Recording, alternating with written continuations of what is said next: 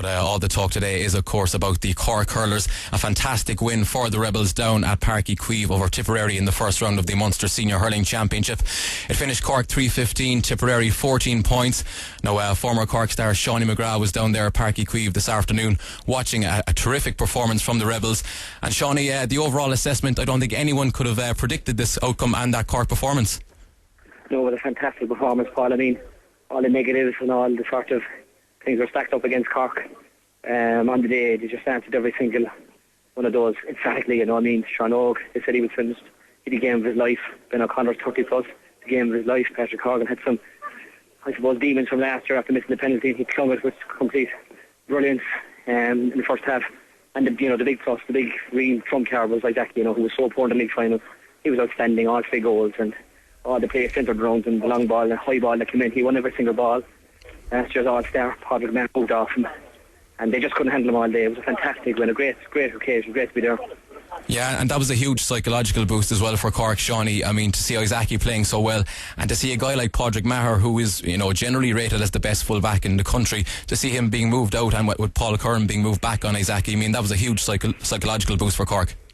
Well, yeah, I mean, Tip had to totally rearrange their defence. Michael Cahill, who was starting his first championship game, half-back, ended up corner. Paddy Stapleton, they were all moved around to try and curb Isaac's influence, you know, so it was huge. I mean, Cork have looked for a full forward for a long time now, full forward of that sort of physique, kind of Ray Cummins type style, and he was just brilliant on the day. His touch was good on the ground, his touch was good in the air, his point was well taken, and he deserved his goal in the end. And I mean, Cork at this stage now, I mean, they probably, with due respect to Limerick, will find themselves now in the Munster final and then straight into the All-Ireland series. So it was a massive win, and Dennis Walsh really put it on the line during the week. I heard him in some of the interviews saying that, you know, victory for one team will, you know, be a huge psychological advantage, and it's certainly psychological advantage now for Cork for the rest of the year ahead. Yeah, and the one of the main features of the game today, Seanie, was the intensity with which Cork played the game. That was especially evident in the first half, and on the punditry at half time from RTE, Cyril Farrell and Ger Loughnane, they were maybe suggesting that the Tip's younger legs might stand to them in the second half, but that certainly didn't prove to be the case. No, I mean, Cork came out early. Cork were first out, and the game was late by 10 minutes, and it wasn't a progress, and it's just they weren't able to handle it. But they did a warm-up, they got the warm-up bang on. It wasn't too intense, but at the same time, you know, the blood was pumping, and, you know, the tackling was just so much intensity. It was Kilkenny-esque, really, you know. It looked like they battled themselves off that sort of intensity, that sort of ferocity in the tackle, and Tipperary just couldn't settle, you know, ace players like Lark Corbett, while he started well, just faded out of it. Owen Kelly couldn't get it to grips at all with Owen Cadigan, and Shane O'Neill was brilliant. Brian Murphy, as I said, the half-back line were outstanding, and even up front, fellas like Patrick Horgan and Isaki and Fraggy, they were beavering and working so hard, and I suppose that's the basis for the whole victory. You know, there was some classical goals from Hoggy and a few other fellas, but it was just the hard work and, as I said, the intensity and the ferocity, the talent, the tackle. They were awesome, really. Yeah, and one of the telling factors, Seanie, was the fact that Cork made an excellent start to the second half. They were 2 points up at the break. They went 6 ahead then in the early stages of that second half, especially when you consider that they'd only scored 1-2 from play as well in the first half. Yeah, I mean, everyone expected Tip to come out and they, you know, throw everything in the kitchen sink at Cork, but, you know, a couple of early scores, they moved, you know, 5 or 6 ahead with ease, really, you know, and fellas like Niall McCaffrey, who had a relatively quiet first half, really stepped up, and Patrick continued to shine, and Colin Naughton and these fellas, Tom Kenny, they all came into the game. So, you know, without a doubt, I mean, they didn't rest on their laurels or anything and kind of try and play through the game. They, you know, went hell for leather at the start of the second half, just like they had in the first half. Just couldn't respond. They were flat. You know, players like Noel McGrath, young player of the year last year and All-Star, just couldn't handle the Kilkenny tackle or the Cork tackle. He must have felt like it was Kilkenny all over again. So, you know, Cork very, very much deserved the victory. Yeah, and it's hard to pick out any individuals today, Seanie, because everybody on the Cork team really was absolutely outstanding. But just starting with Owen Cadigan at full back, now he was man of the match last year, as we know, against Tip. He's been out injured recently. It was always going to be a very difficult game for him to come into, especially marking a newcomer as well in the Tip team in Brian O'Mara. But he was absolutely outstanding today for Cork. Yeah, I mean, I suppose on my own article on the Echo, I commented a couple of weeks ago, Paul, just, you know, we've taken the full back position for granted really the last couple of years. We've had one of the game's greatest fullbacks, I suppose, certainly Cork's greatest fullback in Dermot O'Sullivan for the last decade, and, you know, Owen Dillon and Paddy Cunningham, you know, deputised fairly well there in the last couple of weeks. But I mean, Cadigan was awesome last year, and, you know, his loss was hugely felt in the latter stages of the league. I mean, all the league can say really.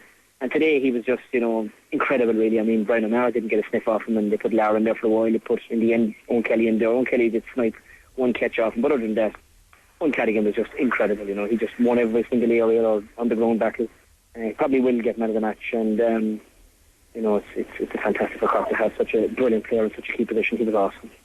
Yeah, just getting back to Isaki as well, Seanie, this was undoubtedly his best performance in the Cork shirt. When he's given that kind of service, it's hard to see any fullback really doing a job on him. I know teams will say that they've seen him now today, they know how to suss him out, but he's the type of kind of guy like to me that it's going to be very, very difficult to stop him if he gets the right service.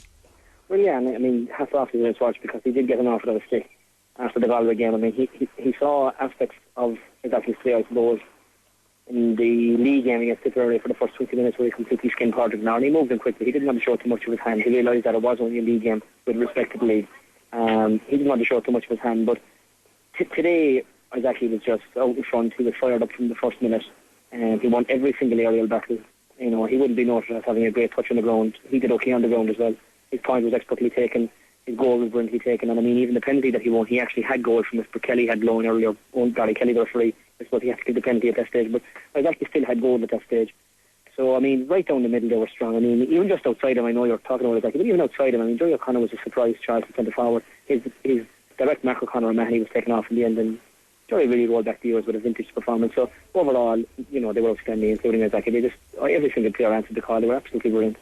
No, just very finally, Seanie, it is Limerick next, as you mentioned, on June 20th. The way things are up in Limerick at the moment, you would expect Cork to win that one. But just in terms of the overall spectrum, Seanie, what can we expect from this Cork team this year? I know we don't want to get carried away on the basis of one performance, but if they can reproduce that kind of form in every game this year, I mean, they're going to be looking pretty good.